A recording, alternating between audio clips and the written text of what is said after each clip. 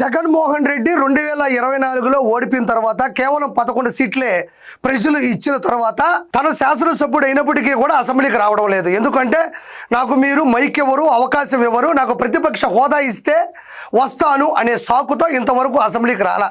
ఒకసారి ఇప్పుడు వచ్చాడు, చూసి చూడకముందే మటుమాయమైపోయి మెరుపు తీగల వచ్చి వెళ్ళిపోవడం జరిగింది.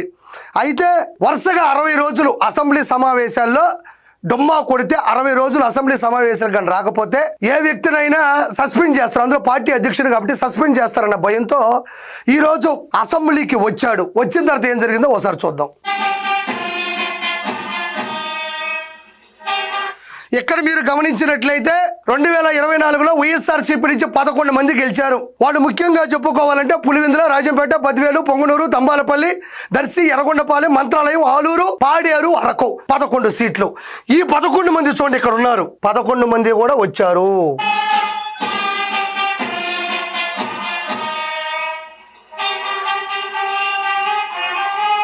వీళ్ళు ఈ 11 మంది కలిసే ఈరోజు అసెంబ్లీకి హాజరవడం జరిగింది. ఇక్కడ జగన్మోహన్ రెడ్డిని గమనించండి, అక్కడ జనగణ మనకు సంబంధించినటువంటి కార్యక్రమం మొదలైంది. అసెంబ్లీలో అందరూ కూడా లేచి నిలబడాలి, జనగణ మన పాడాలి. పాడాలి అంటే ఏదో పెద్దగా పాడమని కాదు, కనీసం నోట్లో నుంచి మాటలు వచ్చే విధంగా పెదాలు కదపాలి. ఇక్కడ జగన్మోహన్ రెడ్డిని చూడండి, ఇక్కడ ఈయనకి అసెంబ్లీకి వస్తే 2 సమస్యలు ఉన్నాయి. అసెంబ్లీకి వస్తే అసెంబ్లీలో కూటమి సభ్యులు ఏమడగతారని ఒక భయం, పొరపాటున జనగణ మన పాడితే సరిగ్గా పాడకపోతే కేసు అవుతుందని ఇంకోటి భయం. ఇది మొదటి నుంచి ఈయనకి భయమే. 2013లో జనగణ మన సరిగ్గా పాడలేదు అని ఇతగాడి మీద, జగన్మోహన్ రెడ్డి మీద ఆల్రెడీ కేసు ఫైల్ ఉంది. అందుకనే ఏం మాట్లాడకుండా నిమ్మలంగా కూర్చొని లోపల వచ్చే టెన్షన్ బయట పెట్టకుండా గమ్మనున్నాడు. కనీసం జనగణ అది కూడా లేదు అసలు. చూడండి, అందరినీ చూడండి, ఇతను ఒక్కనే కాదు. చూడండి, ఇదిగో ఇదిగో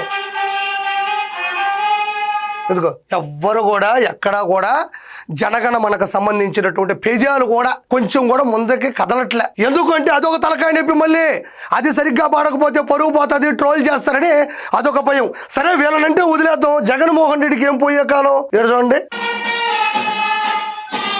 ఏం లేదు, భయం. జనగణ మన అంటే ఆయనకి భయం, అందుకని పూర్తిగా కాముగా ఉండిపోయాడు. అయితే చూడండి, ఇంకా ఈ రోజు ఇతను వేసుకుంటాడు గట్టిగా, మేమెవరూ పాడకుండా కాముగా ఉంటే నీకేం పని, నువ్వు ఎవరవే నోరు మెదపడానికి నువ్వు ఎవరు అని నాకు తెలిసి ఇతను ఈ రోజు నైట్ అంతా ఉంటుంది తాడేపల్లి ప్యాలెస్ లో. మళ్ళీ చూడండి ఒకసారి, పొరపాటును పెదాలు కదిపాడు అతను. ఇదిగో ఈయన మరి కదిపాడో లేదంటే ఇది త్వరగా అయిపోతే ఇంటికి వెళ్ళిపోవచ్చు అంటున్నాడో ఎవరికి తెలియదులే, కానీ అక్కడ మ్యూజిక్ వస్తుంది కాబట్టి మొత్తానికి ఏదో ఏదో అనేశాడు. దాని తర్వాత చూడండి,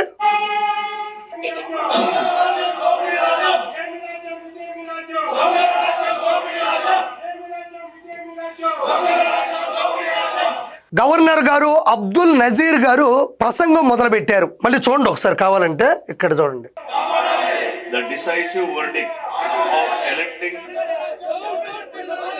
అయితే ఇక్కడ గౌరవనీయులు గవర్నర్ అబ్దుల్ నజీర్ గారు తన ప్రసంగాన్ని మొదలు పెట్టారు. ఖచ్చితంగా చెప్పాలంటే గవర్నర్ లాంటి గొప్ప వ్యక్తి అక్కడ మాట్లాడుతున్నప్పుడు మనం సైలెంట్ గా ఉండాలి. అపోజిషన్ పొజిషన్ మాట్లాడుకుంటున్నప్పుడు మధ్య మధ్యలో ఏలెట్టడం, మధ్య మధ్యలో దూరడం, అరుచుకోవడం అనేది కూడా కామనే. దాని గురించి మాట్లాడలే. గవర్నర్ ప్రసంగాన్ని కూడా మధ్యలో ఆపేటట్లుగా, ఇబ్బంది పెట్టేటట్లుగా మధ్య మధ్యలో నినాదాలు వివాదాలు అనేది వైఎస్ఆర్సీపీ జగన్మోహన్ రెడ్డికి కొత్తవి కాదు. ఎక్కడ మాట్లాడుతున్నప్పుడు మధ్యలో వాళ్ళు చెప్పినటువంటి మాటలు ఇదేమి రాజ్యం, దొంగల రాజ్యం, దోపిడీ రాజ్యం అంటున్నారు. మరి అసెంబ్లీలో నినాదాలు ఎవరికి కావాలి? ఇప్పుడు అంటున్నావు ఇదేమి రాజ్యం అంటున్నావు. నీ ఎదురుగా కూటమికి సంబంధించినటువంటి ఎమ్మెల్యేలు, ముఖ్యమంత్రి, డిప్యూటీ సీఎం, ఐటీ శాఖ మంత్రి అందరూ గుట్టలుగా పక్కనే కూర్చొని ఉన్నారు. వాళ్ళని అడుగు, ఇదేమి రాజ్యం, ఏంది రాజ్యము, ఎందుకు ఎట్ట అయిపోతుంది?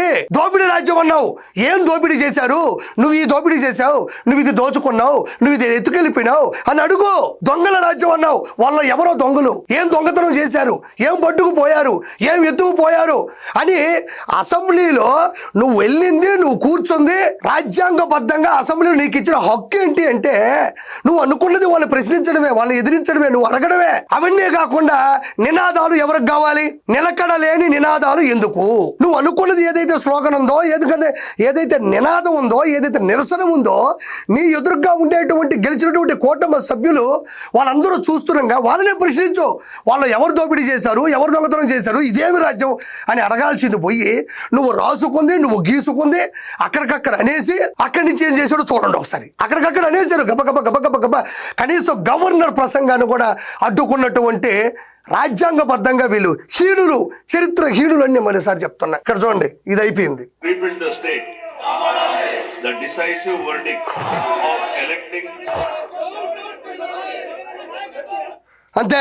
ఆ రాసుకున్న 3 పదాలు 30 సార్లు అన్నారు. గవర్నర్ గారు మాట్లాడుతున్నారా, మనకు సంబంధంలే. జనగణమన వస్తుంది. కనీసం మరి జగన్మోహన్ రెడ్డి 5 సంవత్సరాలు ముఖ్యమంత్రిగా పనిచేశాడు. ఒక పార్టీకి అధ్యక్షుడిగా పనిచేస్తున్నాడు. ఒక పేపరో పెన్నో తీసుకొని ఆ జనగణమన ఏందో దాన్ని నేర్చుకుందాం. మన ప్రజాస్వామ్యంలో ఒక పార్టీకి అధ్యక్షులవి, ఆల్రెడీ ముఖ్యమంత్రిగా పనిచేసిన వాళ్ళవి, ఎక్కడ కాకపోతే ఇంకో చోట జనగణమని పాడి తీరాలి కదా. మరి అలాంటి విషయాల్లో ఈ రోజు వరకు నేర్చుకోలేనటువంటి హీనుడు. దాని తర్వాత అంతా అయిపోయిందా, మళ్ళీ అసెంబ్లీ నుంచి బయటకు వచ్చేసాడు. చూడండి అంతే.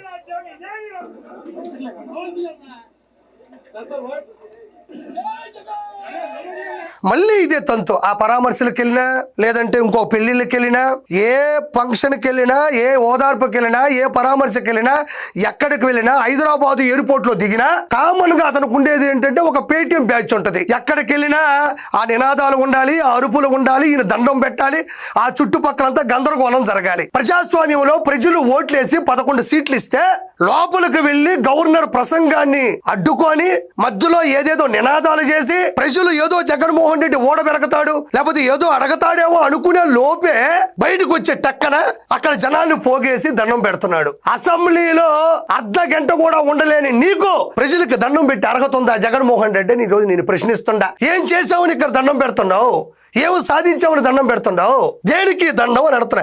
ఎలా దండం పెట్టే నీ పార్టీకి పెండం పెట్టారు గుర్తుపెట్టుకో. మళ్ళీ ఎక్స్ప్రెషన్ ఒకటి, మామూలు ఎక్స్ప్రెషన్ ఉండదు. ఈ ఎక్స్ప్రెషన్ నాకు తెలిసి కమల్ హాసన్ గారు ఎన్నో నవరసాలు పండించారు. ఈ ఎక్స్ప్రెషన్ అంటే ఆయన కూడా రాదేమని భయం వేస్తుంది. చూడండి మళ్ళీ జై జగన్, జై జగన్, జై జగన్. దేనికి జగన్? జై జగన్, బాయ్ జగన్. జై జగన్ అని పేటీఎం మనం పెట్టుకోవడం వల్లే కదా ఈ రోజు ప్రజలు బాయ్ జగన్ అన్నారు నీకు. నాకు అర్థం కాని విషయం ఏంటంటే జగన్మోహన్ రెడ్డి ఎప్పుడైనా సాక్షికి సంబంధించినటువంటి సోషల్ మీడియాలో తప్ప జగన్మోహన్ రెడ్డి ఎప్పుడైనా ప్రెస్ వాళ్ళు పరిగెత్తుకుంటూ పోతా ఉంటే ఏదైనా నిమ్మలంగా ఒక పద్ధతిగా వాళ్ళు అడిగిన క్వశ్చన్కి ఆన్సర్ చెప్తాడా? ఏ ఉద్దేశంతో పోయినారు? ఆయన అసెంబ్లీలో అడిగిన దానికి సమాధానం చెప్పలేక బయటకు వస్తే మీరు అడిగిన దానికి సమాధానం చెప్పాలంటే ఆయన ఆడికి పోవాలా? ఉన్న పొలంగా జగన్మోహన్ రెడ్డి ఎక్కడో పోవాలా? చూడండి, మిమ్మల్ని ఏదో నేను తప్పుగా అన్నాను అనుకో, అక్కడ క్షమించాలి. మీరు ఎంతో కష్టపడి జగన్మోహన్ రెడ్డి ఏదో మాట్లాడతాను మీరు వచ్చారు. గతంలో ఎప్పుడైనా జగన్మోహన్ రెడ్డి 2-3 మైకులు ఉంటేనే 3 కిలోమీటర్లు పరిగెడతాడు. మీరు 30 మైకులు పెడితే ఆయన పరిస్థితి ఏంది?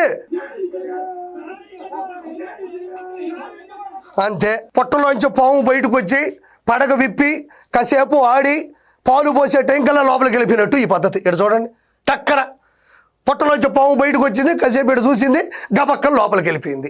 దానికి ఏముందా? అంత ప్రయాస. పాపం ఎంతమంది వచ్చారో చూడు ఆయన కలవాలని, ఆయనతో మాట్లాడించాలని, ఆయన ఏదో చెప్తాడేమో అని, అసెంబ్లీలో ఏం జరిగిందో చెప్పాలనుకుంటాడని ఎంతెంతో వచ్చారు. పాపం చూస్తే టక్క లోపల పడి వెళ్ళిపోయాడు. చూడండి అంతే, ఇంకో దొరకడు. జగన్మోహన్ రెడ్డి మీద సినిమా తీస్తే మెరుపు తీగ అని ఒక సినిమా తీయాలి, లేదంటే మటుమాయం అట్టొచ్చి టక్కన వెళ్ళిపోతాడు. అది మెరుపు తీగ ఫస్ట్ హాఫ్, సెకండ్ హాఫ్ మటుమాయం తప్ప జగన్మోహన్ రెడ్డి గుర్తుపెట్టుకో, జీవితంలో నీకు ప్రతిపక్ష హోదా లేనప్పటికీ కూడా నువ్వు శాసనసభ్యుడిగా పులివెందుల నుంచి గెలిచావు. నువ్వు ఒక శాసనసభ్యుడిగా నువ్వు అసెంబ్లీకి వెళ్ళి మాట్లాడాల్సినటువంటి అవకాశం ఉంది. నువ్వు మాట్లాడి తీరాలి. అంతే తప్ప ఏదో నిన్ను సస్పెండ్ చేస్తారని ఆ టైంకి వచ్చి ఏదో లోపల ఏదో గందరగోళం చేసినట్టు, నిన్నేదో వాళ్ళు ఇబ్బంది పెట్టబోతున్నట్టు నీకు నువ్వే సృష్టించుకొని అక్కడి నుంచి బయటకు వచ్చి ప్రశ్నలకి కనీస మర్యాద కూడా లేకుండా నీ పాటికి నువ్వు దండం పెట్టి వెళ్ళిపోతున్నావు. కాబట్టి 2029లో నీకు రాబోతున్నటువంటి ఫెయిల్యూర్ అనేది ఊహించినటువంటి ఫెయిల్యూర్ రాబోతుందని నేను మనస్ఫూర్తిగా చెప్తున్నాను. Thank you so much.